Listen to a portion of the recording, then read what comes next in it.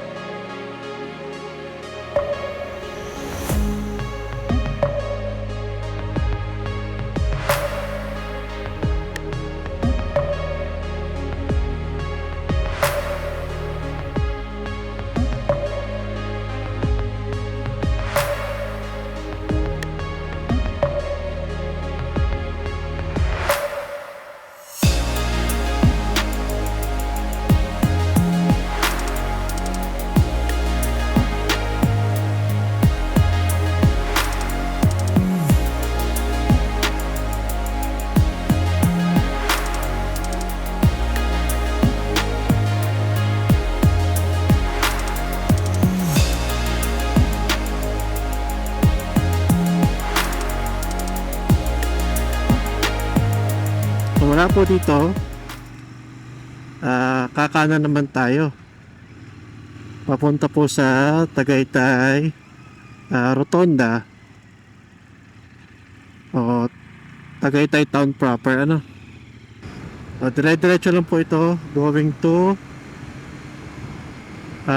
First edition Batulao.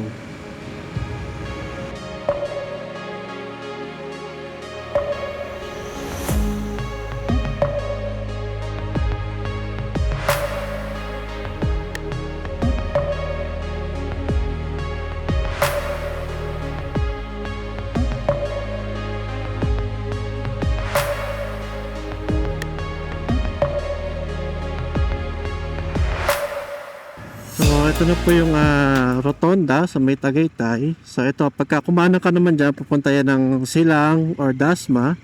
Pwede diretso po tayo, no? Dito may mga malls, may mga hospital na din, may mga restaurants at mga bangko. So, medyo malamig na rin po dito sa part na to. O yung paakit ka ng Tagaytay, malamig na. Ramdam ko na po yung lamig. Talagang iba compare mo sa mga syudad po, sa Santa Rosa, sa Binyan. So dito malamig po talaga.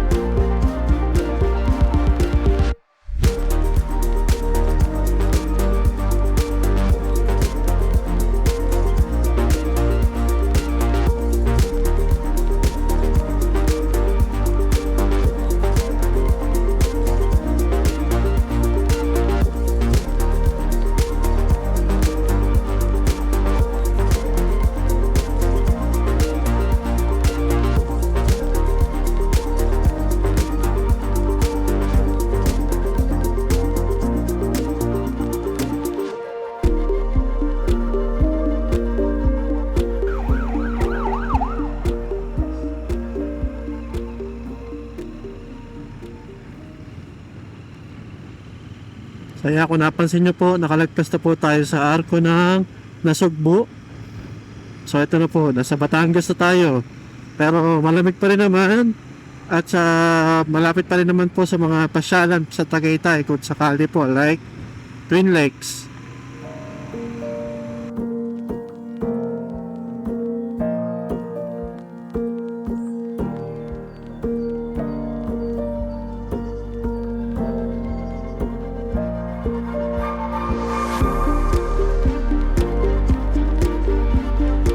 Okay, so ayan nga po. Andito na tayo ngayon sa may gate. Papasok ng First Edition Batulao. Kung papansin nyo, nandun yung kanilang parang signage na First Edition Batulao. So dito, may madadaanan tayo isang project. Yung dating project po ng Century Properties, yung Artscape Batulao. And then, next naman yung First Edition Batulao nga po. No? So dito may security guard. So bago tayo makapasok, kailangan po dadaan muna po tayo doon.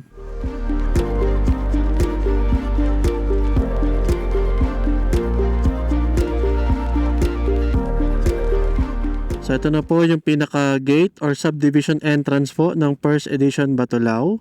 So nandito po yung ating model house. Pero itong ito na sa tapat natin, ayan po yung possible maging location ng amenity area nila, yung mga swimming pool, clubhouse.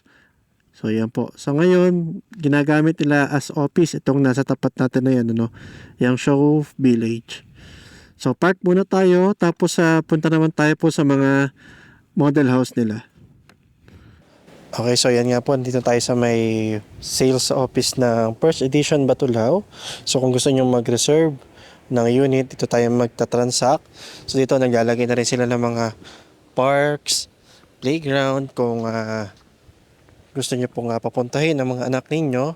Pero sa mga part po ng subdivision, syempre hindi lang po dito. Magkakaroon din po sila doon. So expect natin na talagang maganda ang magiging development nila. So puntahan naman natin yung mga model house.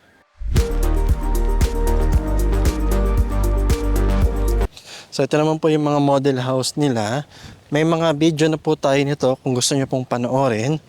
Pero ayan, ito yung mga model house. Pakita ko lang din sa inyo.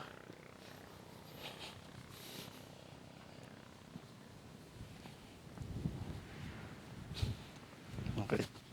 So ito yung kanilang Cartland.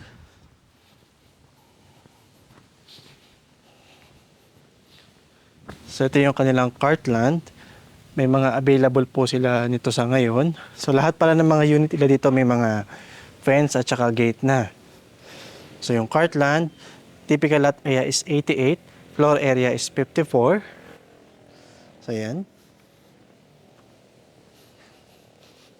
Then next naman po si Charles with a typical lot area of 99 square meter and a floor area of 70. So 3 bedrooms, 2 toilet and bath po yung dalawang yan. Si Charles at saka si Cartland. So next naman si Christie 90 with a minimum lot area of 110 and a floor area of 90 square meter. 3 bedrooms din, 3 toilet and bath. And ito naman po si Corinne, yung biggest nila. So typical lot area is 132 and a floor area of 120. So ito lang yung unit nila na single detached at meron ng balcony. So akit tayo sa second floor para mapakita ko sa inyo yung development, ano. So yan, sobrang lakas ng hangin dito. So ito yung kanilang development sa ngayon. Actually, hindi pala masyadong kita dito, no. Pero yan, may mga kalsada na. And then doon sa part na yan, may mga tinatayo na rin. Okay, so hopefully makapagpalipad tayo ng drone. So kung makapagpalipad ako ito, makikita nyo siya. Kaya lang medyo malakas po kasi ang hangin. So baka po mahirapan tayo. Okay? So yun lang po. Medyo mahaba ang video na to, pero kung nagustuhan niyo po ang video na to, please paki-share, paki-like at mag-subscribe na rin po kayo dito sa aking YouTube channel para ma-notify kayo pag may mga bago kong videos. At kung interested na po kayo mag-reserve sa about property na in-offer ko, mag-reserve na kayo. Dahil ang property, patagal ng patagal, pamahal ng pamahal, palayo ng palayo. Yun lang po at maraming salamat.